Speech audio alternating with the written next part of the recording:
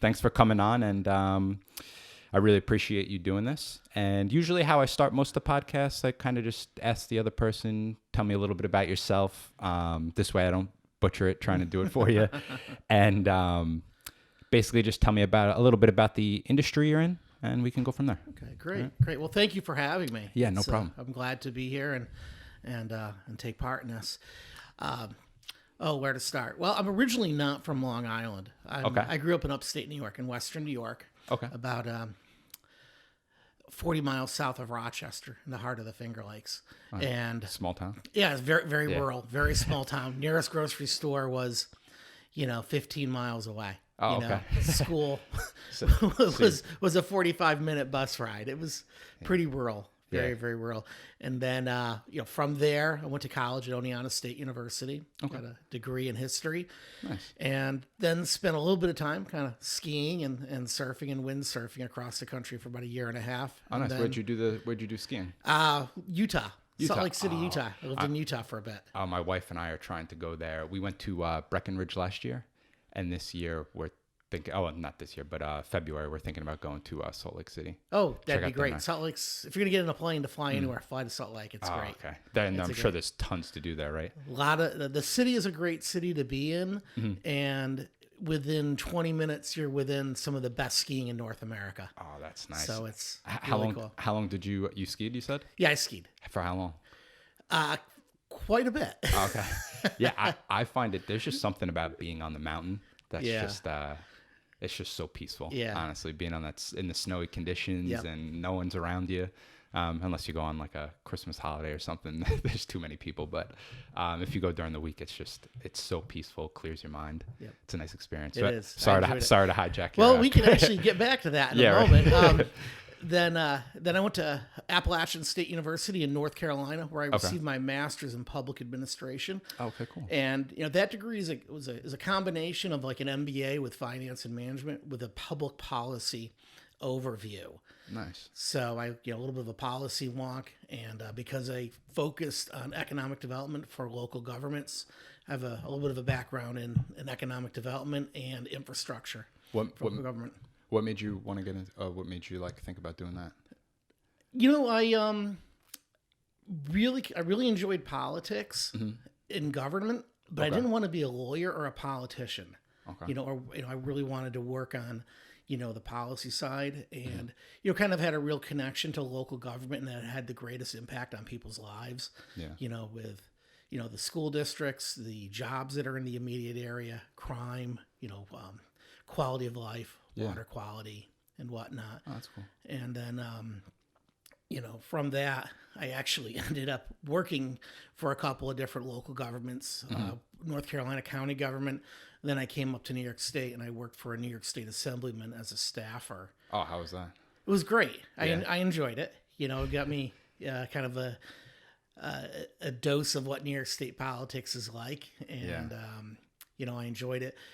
And then from there, I was hired by a company called Trouser Management, and they owned 3 ski resorts. Oh, okay. And That's a bit of a change. it was a bit of a change.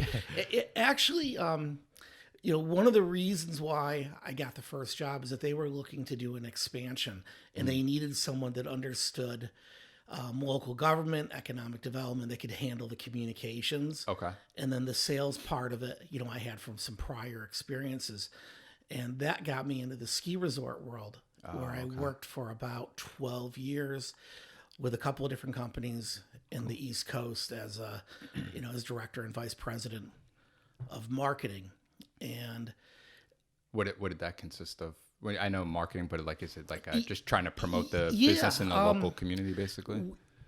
luckily for me, I think, looking back at it, the ski resort, getting a position at a ski resort is a really great way to get a comprehensive view of marketing, but also of business and of different businesses. So, for instance, at a ski resort, you have the goal of getting people to come, buy a lift ticket, ride the lift, and ski. Yeah. But there are other amenities that I was responsible for. I had restaurants that we had to get people into. We had retail shops that we had to figure out. Okay. We also had real estate. Some properties Condos had and stuff, right? condominiums and townhouses. Others had hotels. So a really good exposure to different businesses all under the umbrella of the ski resort. So it gave me a lot of experience that was, in depth and comprehensive at the same time. Yeah. That I might not have gotten in working in another industry. Yeah.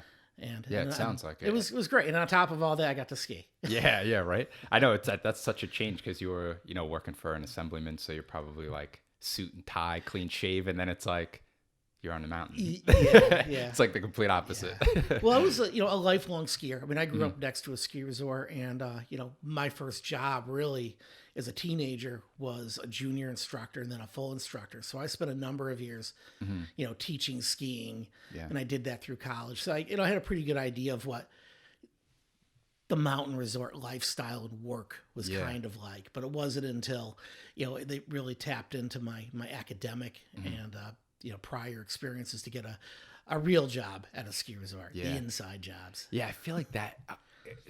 Someone in their teens or early 20s, I feel like that's such a perfect, or even in your early 30s, that's such a perfect job to be like a junior ski instructor. Like I only started snowboarding and my wife started skiing about 4 years ago. But if I knew about it when I was like 16, 17, or even younger, so I had the experience like that, that's a job I would love to do. I just feel like it would be so much fun. It is. There's no bad day at a ski resort. Everyone's there to have a good time. And, even if the weather is bad, it's still great skiing. There's still a reason to be there. And it's super enjoyable. The beer's always cold. The only ice on the mountain is the one found in the bar. There you go.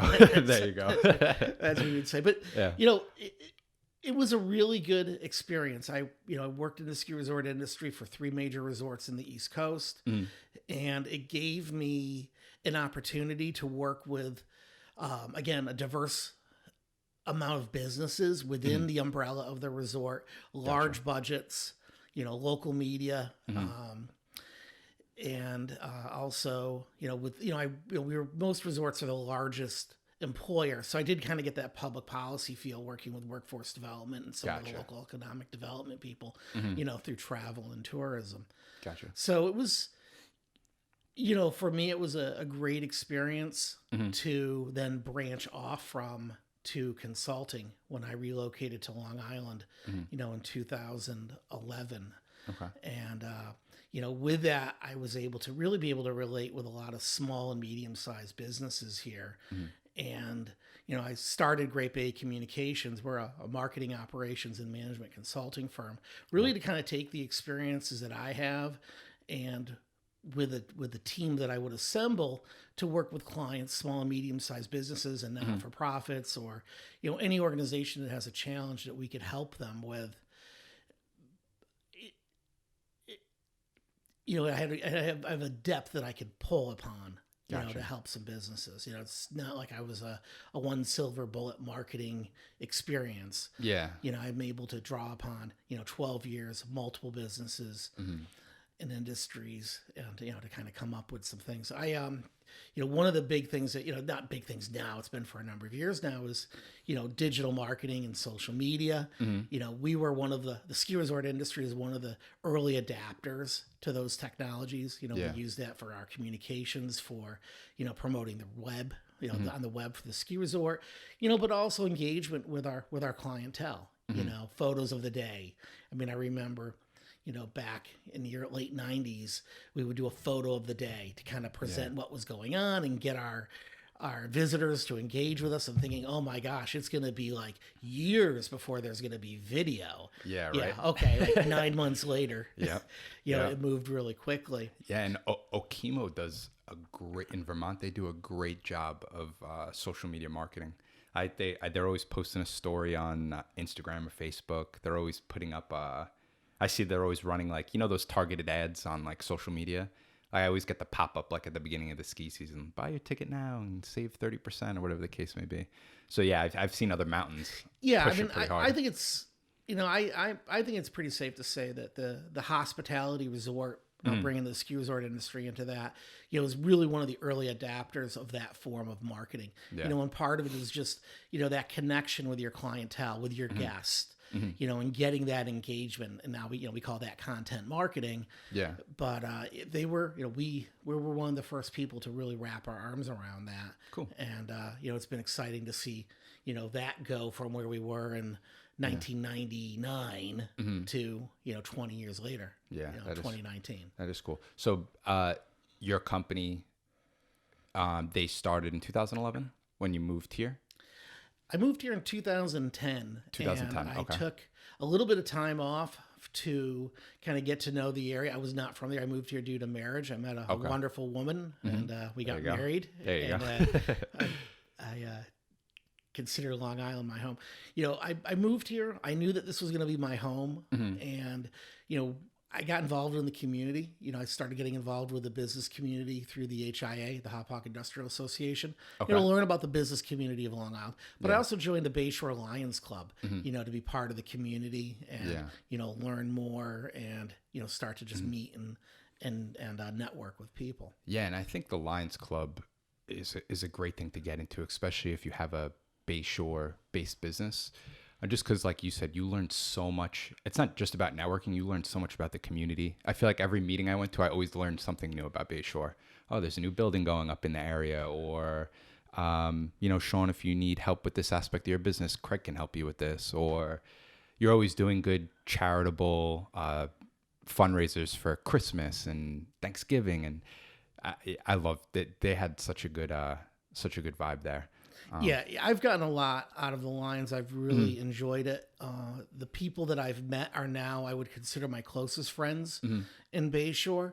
And you do learn a lot about what's going on. You get to help out, with the community and really just see an aspect of it that you might not see if you weren't involved. Yeah. And then, and with that, there is, some of the networking opportunity to meet other businessmen and to learn and share, with those folks.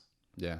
Yeah. So back to your business real quick. So when you started in around 2011, what was that first few months like? That must have been like tough to get new clients.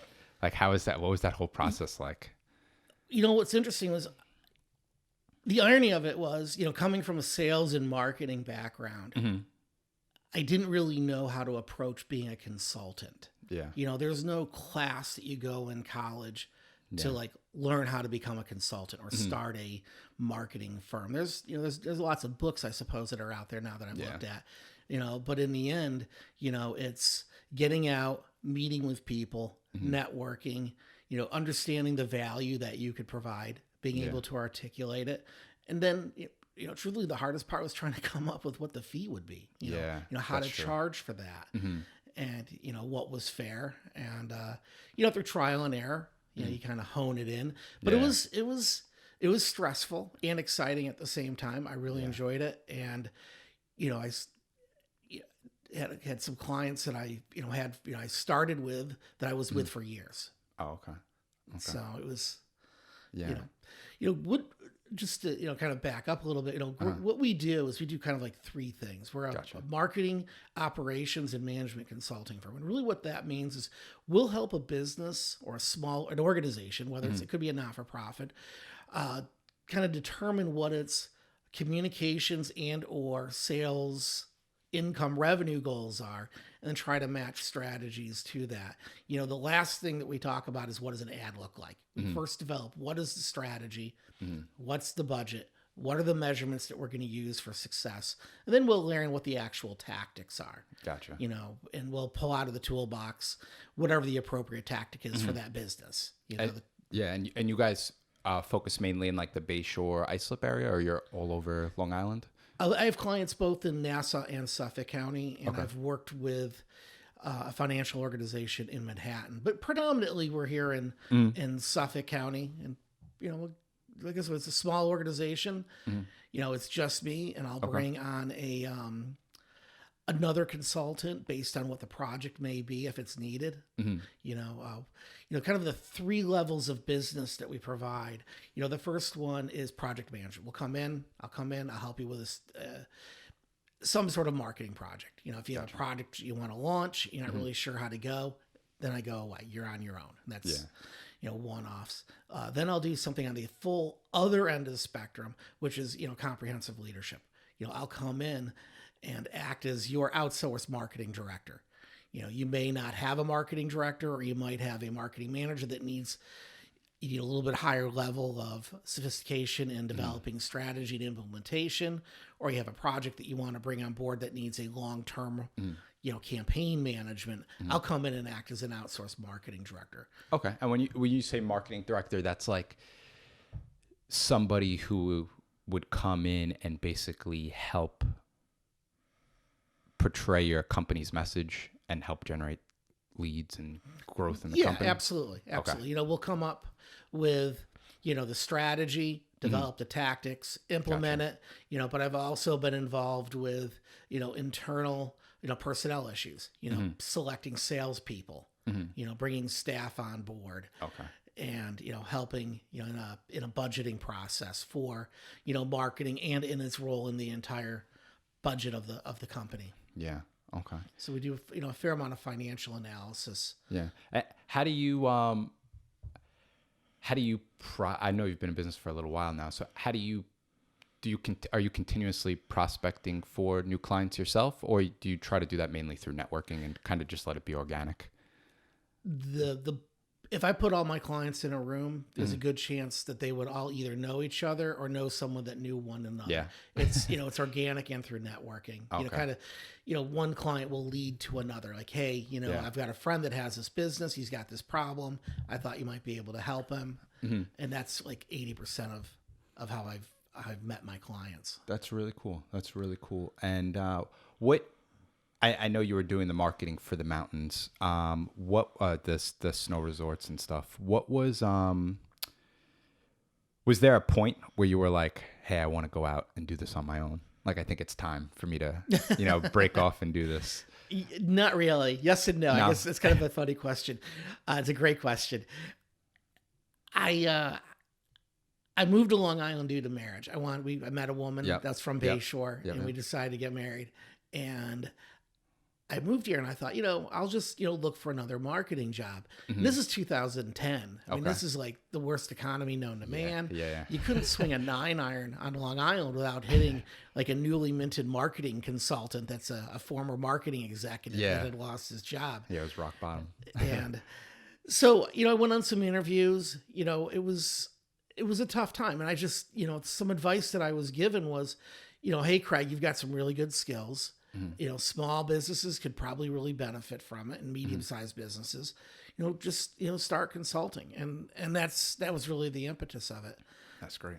I've always wanted to go off on my own. I was always kind of like the big picture, the what and when, I didn't plan for. Yeah.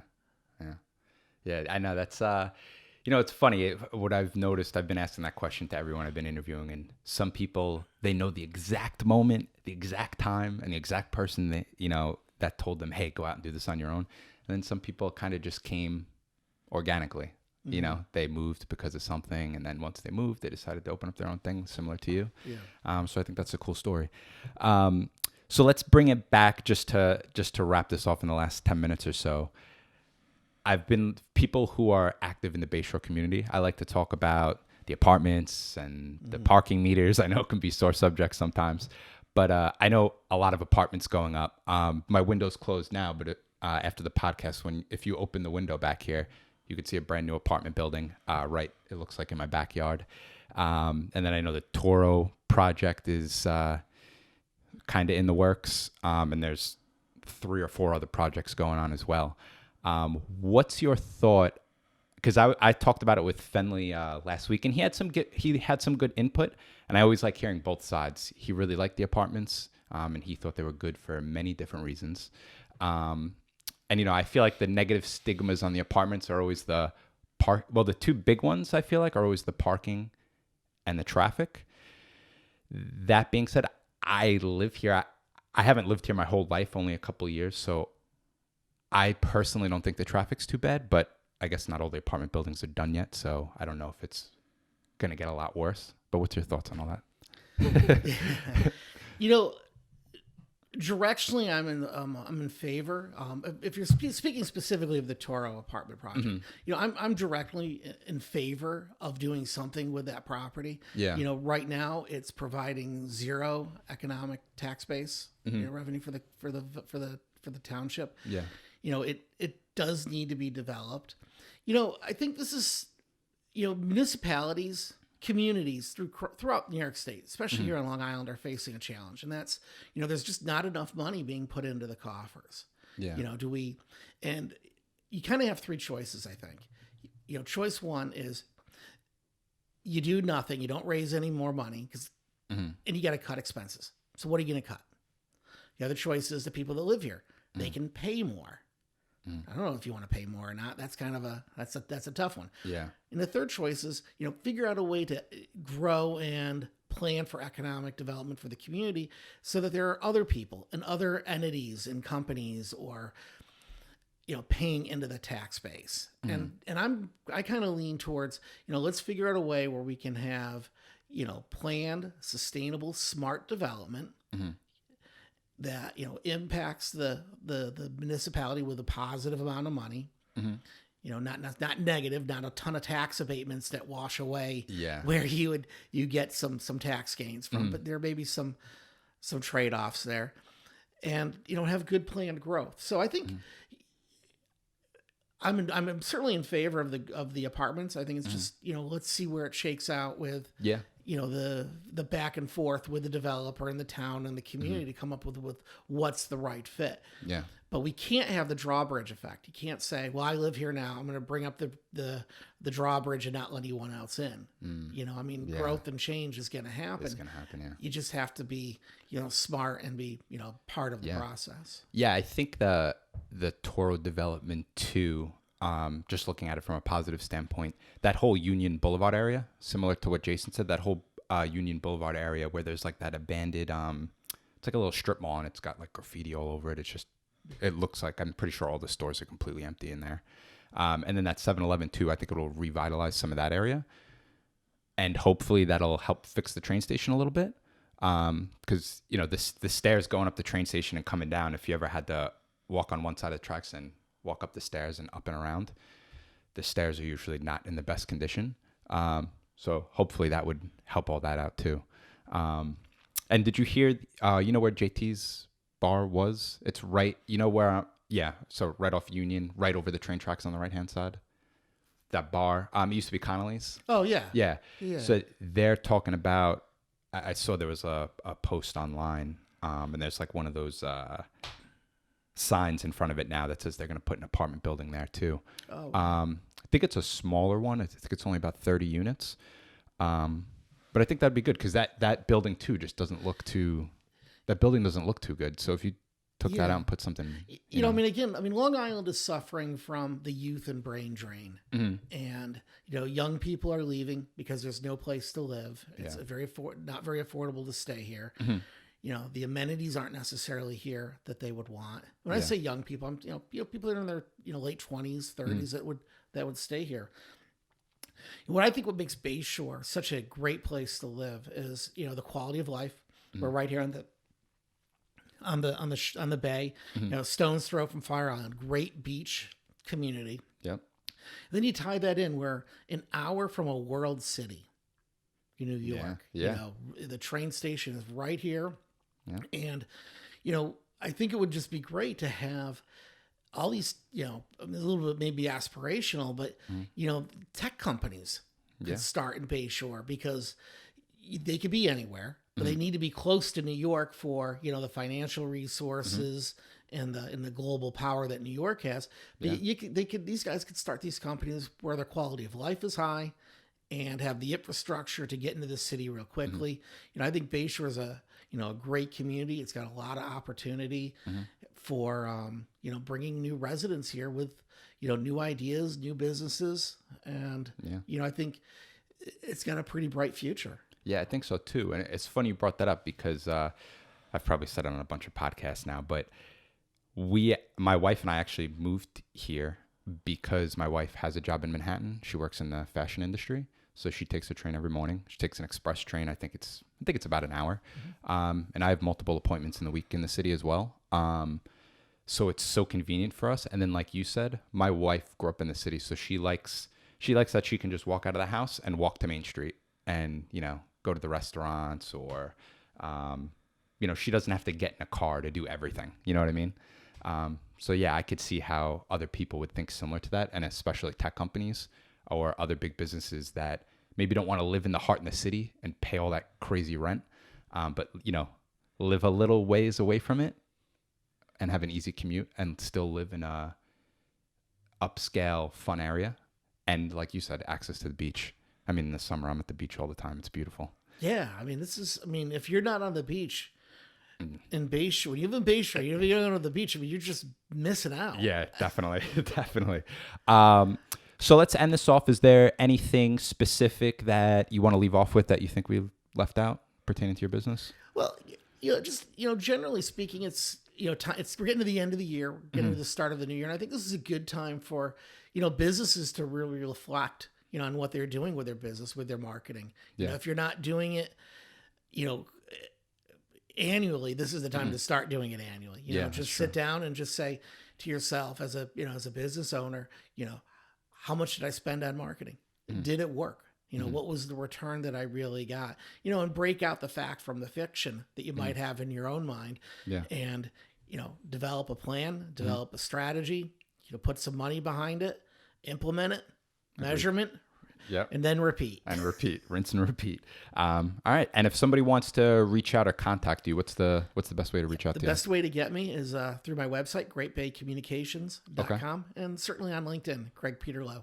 Okay. Sounds good. All right. I had fun doing this, man.